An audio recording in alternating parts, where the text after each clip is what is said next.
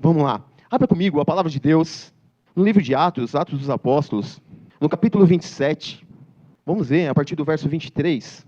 Pois ontem à noite apareceu um anjo do Deus a quem pertenço e a quem eu adoro, dizendo-me: Paulo, não tenha medo. É preciso que você compareça perante César. Deus, por sua graça, deu-lhe as vidas de todos os que estão navegando com você. Assim, tenha ânimo, senhores. Creia em Deus que acontecerá do modo como me foi dito. Devemos ser arrastados para alguma ilha. Agora pula lá para o capítulo 28.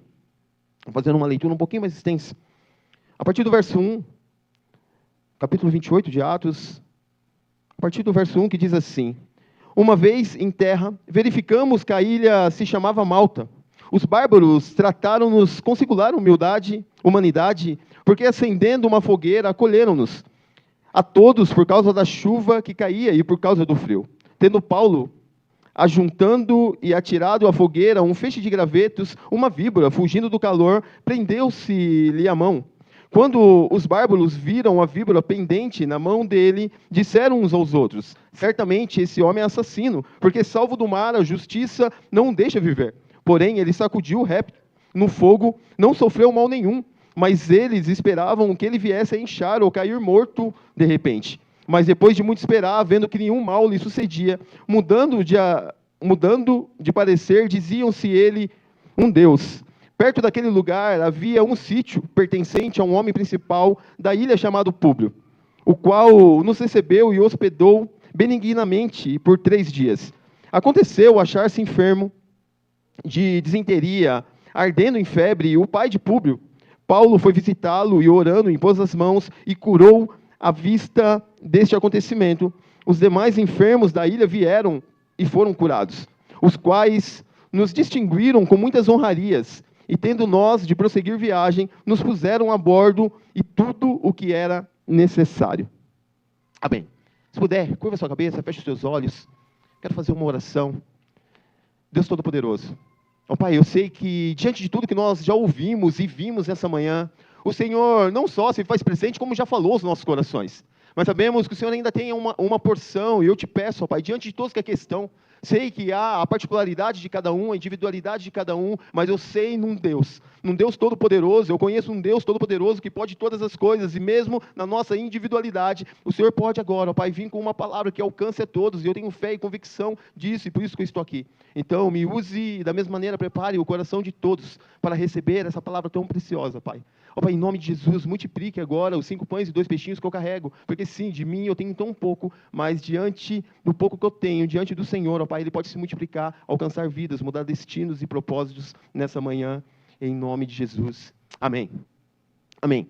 Queridos, vamos lá, eu vou tentar ser um pouco breve diante do horário, mas eu gosto de interpretar aquilo que o Senhor tem para nós como propósito, como vida, como chamado, seja ele da maneira que você quiser chamar, mas o que nós precisamos entender de antemão, meu irmão, que sim, o Senhor, Ele te escolheu, sim, o Senhor, Ele te conhece, Ele te comissionou a algo dentro daquilo que nós conhecemos como manifestação do reino de Deus.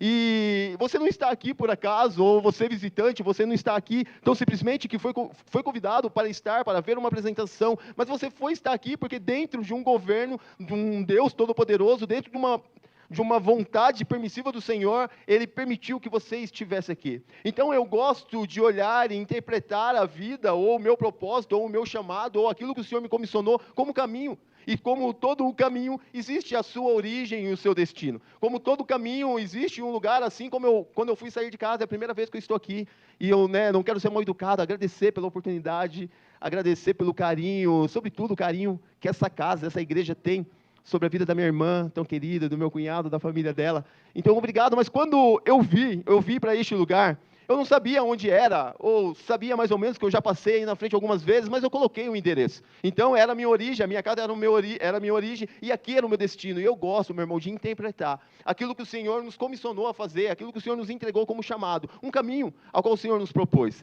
Meu irmão, você tem um caminho.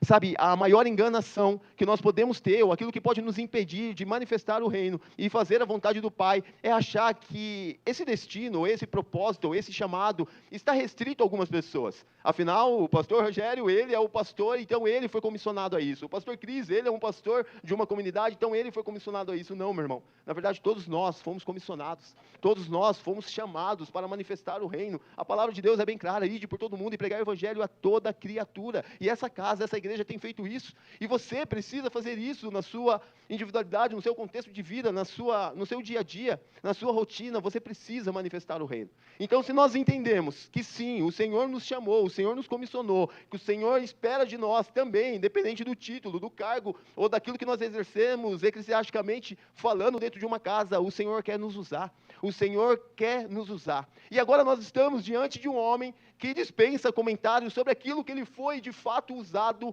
para proclamar o Evangelho. Nós estamos diante de Paulo e, meu irmão, nós estamos diante de um texto que nos faz, ou melhor dizendo, faz com que nós não criamos dúvidas, mas deixamos de entender algumas coisas com clareza. Afinal, a palavra de Deus, ela foi bem clara, dizendo que um anjo do Senhor apareceu a Paulo dizendo: é da vontade do Pai que você chegue até Roma. Então havia um propósito. Você já leu a palavra comigo e nós já temos um parâmetro, nós já sabemos o que vai acontecer. E agora, talvez, a pergunta que fica no meu e no teu coração, no contexto de Paulo, no contexto da nossa vida: se foi Deus que mandou, se foi Deus que mandou, se foi um anjo do Senhor e veio falando que era a vontade de Deus, por que Paulo então passaria por tempestades? Por que Paulo então passaria por lutas dentro daquele navio? Porque se foi Deus que mandou, se Deus que tirou Paulo da sua origem para um destino onde era o centro da vontade de Deus, por que Paulo passou por uma tempestade?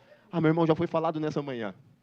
E se você está passando por uma tempestade, entenda: a tempestade nem sempre ela é para destruir, mas a tempestade, quando é da parte do Senhor e permitida pelo Senhor, ela também é para mostrar destinos, nos direcionar para o centro da vontade do Pai. Entenda isso. Eu falei que eu não me apresentaria ou não falaria da nossa igreja e deixaria para esse momento, porque um dia uma tempestade me alcançou. Uma tempestade alcançou aquilo que eu chamava de ministério, de casa de paz, de comunidade, de família, e diante dessa tempestade, o Senhor nos direcionou a algo. Nós estamos numa igreja, e estamos vivendo, meu irmão, maravilhas da parte do Senhor. E há 5 anos, é bem próximo aí a nossa data de aniversário, nós nascemos bem pertinho assim, e diante de uma tempestade que nos alcançou, o Senhor nos direcionou a algo, mas no momento nós não vimos como um direcionamento, mas nós vimos como uma tempestade, meu irmão. E sim, tempestades, assim como desertos, muitas vezes é para nos direcionar para o centro da vontade do Pai, para nos direcionar para onde de fato o Senhor quer que nós estejamos e para onde de fato o Senhor quer que nós caminhamos. Então entenda, se de repente você está passando por uma tempestade, meu irmão, às vezes não é o diabo, o inimigo, querendo destruir a sua vida, é tão simplesmente Deus permitindo tempestades para direcionar a sua vida para o centro da vontade dEle. Talvez você está passando por um deserto, meu irmão, como já foi falado, mas talvez esse deserto é só para que venha o amadurecimento necessário para que você viva a plenitude daquilo que Deus tem para a sua vida. Ei, deixa eu só te lembrar, como já foi falado nessa manhã, deserto, ele é necessário muitas vezes, mas deserto, meu irmão, não é lugar de permanência, mas deserto é lugar de passagem, e que o seu deserto acabe nessa manhã com o entendimento daquilo que o Senhor tem para a tua vida, com o amadurecimento necessário venha nessa manhã, e que de fato o deserto, a tempestade venha acabar.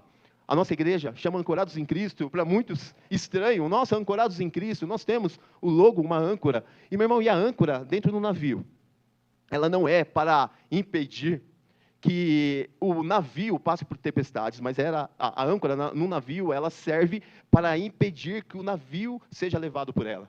A palavra a qual nós nos apoiamos, que nasceu, que foi gerada a nossa igreja, é Hebreus 6,19, que fala que a nossa esperança é como âncora na alma, segura e firme naquele que entra além do véu, que é Jesus Cristo, meu irmão. Então fique firme no Senhor, que sim, pode vir as tempestades, pode vir o deserto, mas tudo isso é para nos provar, para nos fazer com que nós venhamos nos amadurecer, e melhor dizendo, para nos direcionar para o centro da vontade do Pai.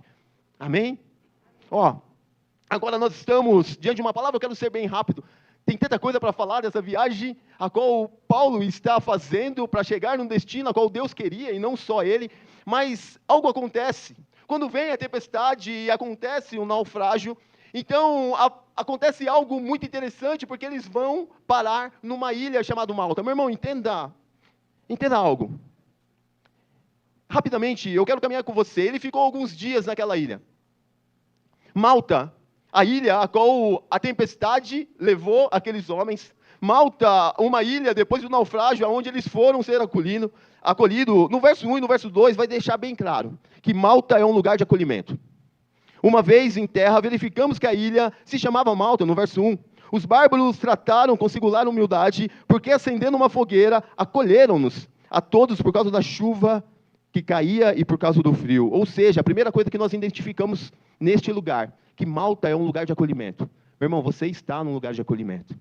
Você está num lugar de acolhimento. Diante do trajeto, diante daquilo que lhe foi proposto, diante talvez até mesmo de uma tempestade ou de um naufrágio, aqui é um lugar de acolhimento. Então, a primeira coisa que nós entendemos, diante desse tempo que Paulo passou, juntamente com aqueles que o acompanhavam, com os outros presos, é que eles encontraram um lugar preparado pelo Senhor, que é um lugar de acolhimento. Então, se você está aqui, considere, entenda que você está num lugar de acolhimento. Malta é um lugar de acolhimento, mas também é um lugar de servir. Entenda o que fala no verso 3. Tendo Paulo ajuntado e atirado à fogueira um feixe de gravetos, uma víbora, fugindo do calor, prendeu-se à mão dele. Nós já vamos falar da víbora, mas entenda que agora Paulo, ele chega no lugar de acolhimento, como você chegou neste lugar, diante de uma tempestade, de um deserto, diante de algo que aconteceu no seu antigo ministério, eu não sei qual é o seu contexto de vida, mas você chega no lugar de acolhimento. Mas agora o que me chama a atenção, que quando Paulo chega nesse lugar de acolhimento, ele não simplesmente se coloca como vítima, ele não se vitimiza, nossa, eu vim de uma tempestade, nossa, o meu barco afundou e agora cuidem de mim, não. Ele entende sim que aquele lugar o acolheu, mas agora, meu irmão, ele vai juntar gravetos, ele também vai participar daquilo que eles estavam preparando como acolhimento. Você está me entendendo? É sobre servir. Paulo, ele carregava consigo. Paulo, ele carregava princípios, meu irmão. Paulo, ele carregava princípios de um reino, aonde servir é uma das principais características. Então, Paulo agora ele não se coloca como vítima que passou por um naufrágio, por uma tempestade e deixa ser servido por aqueles homens, mas ele se coloca para ajudar e para servir. Então, se Malta é um lugar de acolhimento, Malta também é um lugar aonde pode servir. Se Malta é um lugar de acolhimento, e agora é difícil nós entendermos e lermos isso, porque o lugar de acolhimento agora reservou algo, porque também é um lugar de levar picadas e julgamentos. Uma víbora, fugindo do calor, prendeu-se à mão. Quando os bárbaros viram, pendente na mão dele, disseram uns aos outros, certamente esse homem é assassino, porque salvo do mar, a justiça não deixa viver. Porém, ele sacudiu o réptil no fogo e não sofreu mal nenhum. Mas ele esperava que ele viesse a inchar ou cair morto de repente, mas depois de muito esperar, vendo que nenhum mal lhe sucedia, mudando de parecer, diziam ser ele um Deus. Então, se Malta é um lugar de acolhimento, infelizmente também vai ser lugar de picadas. Infelizmente, meu irmão, terá algumas cobras que talvez venham picar, te ferir, e talvez por isso também virá alguns julgamentos, mas entenda algo, da mesma forma que tempestades colaboram para o propósito do Senhor, também, meu irmão, muitas picadas vão colaborar com o propósito do Senhor. Também, às vezes, alguns julgamentos vão colaborar com o propósito do Senhor. Afinal, agora aquilo que foi motivo para julgamento, o homem que saiu do mar, que o mar não queria que ele vivesse, agora ele chega e é picado por uma víbora, com certeza ele fez algum mal. Mas aquilo que era motivo para julgamento, agora é motivo para demonstrar a glória e o poder de um Deus Todo-Poderoso. Meu irmão, você precisa entender que muitas vezes o Senhor permite sim algumas picadas, permite sim alguns julgamentos, mas tudo isso para que lá na frente o nome do Senhor venha a ser glorificado, e foi exatamente isso que aconteceu. E se Malta é um lugar de acolhimento, Malta também é um lugar de manifestar o poder de Deus. O poder de Deus foi manifesto, afinal, aquele homem que agora havia sido curado, ou melhor dizendo, nenhum mal havia o atingido por conta da picada, ele é convidado por um homem. Meu irmão, Malta é um lugar de acolhimento, é um lugar de conexão, aqui é um lugar de conexão. Aqui é um lugar de conexão, no verso 7 vai dizer assim, perto daquele lugar havia um sítio pertencente a um homem principal da ilha, chamado Públio, ao qual recebeu e hospedou benignamente por 3 dias. Malta também é lugar de conexão. Meu irmão, permita-se conectar as pessoas em Malta, no lugar ao qual o Senhor te inseriu. Permita-se, meu irmão. Agora, um homem, Deus, ele permite uma conexão, e essa conexão faz com que o poder de Deus venha a ser manifesto. Afinal, o sogro daquele homem estava sofrendo com uma doença. Mas, Paulo, se Malta é um lugar de acolhimento, mas agora Malta se faz necessário ser um lugar da manifestação do reino de Deus. Então, Paulo, ele vai até aquele homem, ele ora pelo aquele homem, Deus, ele cura aquele homem, o poder de Deus é manifesto. Os outros doentes daquela ilha, vendo isso, também vão até Paulo, e agora Paulo, orando por eles, todos são curados. Meu irmão, eu chego e caminho para o final. Malta é um lugar de acolhimento, e também um lugar de provisão. Tudo isso se fez necessário para continuar a viagem proposta para Paulo. Nós temos um encontro na nossa igreja, todo primeiro domingo do mês, que é somente para liderança. E esse encontro se chama DOCA. Todo mundo sabe o que é DOCA? DOCA é um lugar conhecido na logística, como os lugares onde encosta o caminhão, mas também conhecido na questão marítima como um lugar que os barcos param, com 3 propósitos: para descarregar, para carregar e para sofrer reparos, com um único objetivo: para continuar a viagem. O Senhor te trouxe aqui numa DOCA. O Senhor te trouxe aqui em Malta para que você entenda que uma viagem é proposta para você, manifestar o reino de Deus. E mesmo que no meio dessa viagem, tempestades, meu irmão, tudo isso para um propósito maior. Porque agora, sabe o que vai acontecer? Aquele homem, aquela ilha, completamente feliz, completamente grato por aquilo que Paulo fez naquele lugar. Ele fornece tudo o que Paulo precisava para continuar a viagem até o teu destino final. Se você ainda não entendeu, o Senhor te trouxe aqui nessa manhã, em Malta, para que você, de repente, viesse descarregar, assim como numa doca, ou carregar, e com certeza você carregou aqui a mensagem de Deus e levará para a tua vida, ou para sofrer reparos, algumas coisas que precisavam ser feitas no teu íntimo, no teu ser, mas tudo isso por um propósito maior. Malta é um lugar de acolhimento, mas Malta é um lugar, meu irmão, de tantas outras coisas, que nos permite continuar a viagem. Eu não sei como é o andamento, mas se você puder, feche os seus olhos. Eu tive que pregar muito rápido, acho que foi a vez que eu mais peguei rápido na minha vida. Mas eu tenho certeza que mesmo diante disso, o Senhor, Ele falou ao teu coração. Meu irmão, há uns 20 anos atrás, olha para mim, há uns 20 anos atrás, a gente já vai orar. Eu preciso falar isso, que talvez isso fale com algumas pessoas aqui. Eu estava vivendo, pastor, o melhor momento profissional da minha vida. Eu estava numa multinacional, estava ganhando muito bem, estava vivendo o ápice daquilo que eu sonhava, daquilo que eu esperava profissionalmente falando. E eu estava num culto, e a palavra de Deus veio muito clara no meu coração, que viria uma tempestade sobre a minha vida profissional. Que viria uma tempestade sobre aquilo que eu agarrava como esperança para a minha vida, para o sustento da minha casa, mas a palavra foi muito clara em dizer que toda essa tempestade que viria, ela viria por um propósito maior, que era a minha vida ministerial. Passado 3 meses desse entendimento, desse ponto crucial da minha vida, eu estava trabalhando e eu caí, meu irmão, no reservatório de óleo na empresa onde eu trabalhava, numa multinacional aqui em Guarulhos. Eu caí no reservatório de óleo. E tudo aquilo que eu depositava, a minha esperança, ela caiu comigo naquele reservatório, naquele buraco, propriamente dito. Eu quebrei o braço. Eu perdi o movimento desse meu punho. Meu irmão, tudo aquilo que eu depositava esperança, desculpa o termo, mas eu me achava profissionalmente falando.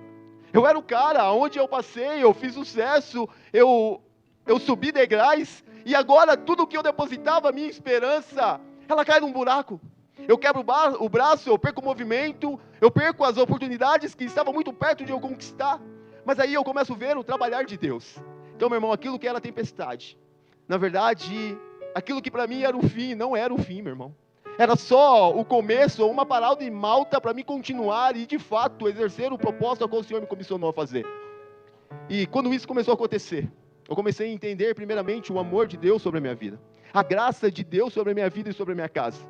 Eu confesso que eu relutei, a minha esposa relutou, nós relutamos, afinal, havia algo muito desafiador, dirigir ou estar pastor de uma igreja, e tantas coisas, meu irmão, que eu colocava como obstáculo para que isso não acontecia.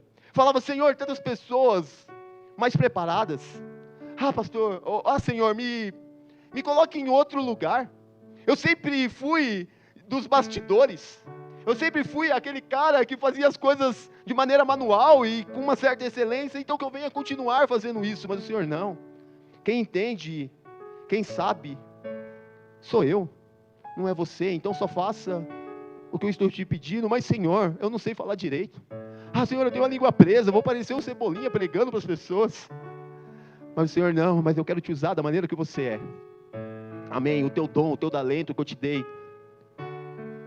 Amém, continue usando, continue manifestando o reino através disso, meu irmão. A primeira manifestação do Espírito Santo em um homem foi em Bezalel. Colocou sobre Bezalel o Espírito para trabalhos manuais. Eu entendo que eu tenho isso sobre a minha vida. O Senhor me levou a lugares por conta dos dons que Ele me deu com as mãos, que eu não esperava. Fui parar em televisão, fui parar em alguns lugares, e com a mão quebrada, viu, meu irmão? E sem o movimento do punho, o Senhor me levou em lugares que eu não imaginava. Mas quando se trata da vontade do Senhor, não é sobre mim. Sim, há um propósito sobre a tua vida. Mas esse propósito que há sobre a tua vida, meu irmão, sobretudo há um propósito maior, que é alcançar vidas e pessoas. Então, entenda isso. Eu não sei qual é a tempestade que você está passando de uma maneira individual. Eu não sei qual é a tempestade, pastor, que vocês estão passando de uma maneira coletiva. Mas tempestades, desertos, são passageiros. São passageiros. E quando passa, fica o testemunho que Deus é um Deus todo-poderoso. E que Ele pode fazer muitas coisas. Hoje eu estou, pastor, até que o Senhor me permita estar. Eu não sei o que o Senhor tem para a tua vida, meu irmão. Não é sobre título, não é sobre cargo, mas é sobre um corpo. Sobre um corpo. Da mesma maneira que o corpo se movimentou nessa manhã, cada um fazendo a tua parte, o Senhor também espera de você que você faça a tua, para que o corpo se desenvolva, para que o corpo se movimente e para que a vontade do Senhor ela venha a ser feita e estabelecida aqui na terra. Que seja feita a vontade do Senhor aqui na terra, como já é nos céus. Então só permita-se fazer parte disso. Amém? Agora sim, feche seus olhos. Deus Todo-Poderoso. Senhor, obrigado pela calmaria, depois da correria, de falar tanto e tão depressa da Tua palavra. Obrigado pela Tua calmaria que só o Teu Espírito Santo pode trazer. Eu sei que mesmo correndo, o Senhor falou à Tua igreja aquilo que era necessário, preciso para essa manhã. Só para fechar tudo aquilo que o Senhor já havia feito e falado. E eu sei, ó Pai, que há pessoas aqui que o Senhor escolheu. O Senhor, como vai dizer lá em Jeremias, o Senhor já conhecia, mesmo no ventre da mãe, o Senhor já escolheu.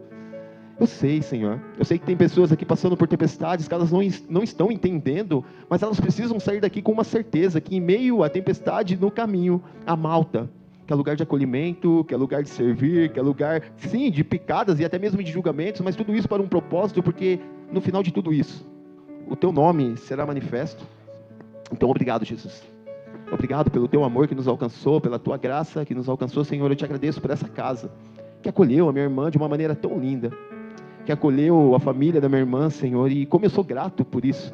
Como eu sou grato, afinal, eles amam uma pessoa que eu amo tanto. Obrigado, Jesus. Obrigado porque o Senhor tem usado vidas, pastores, neste lugar que não tem distorcido o Teu evangelho para encher uma estrutura.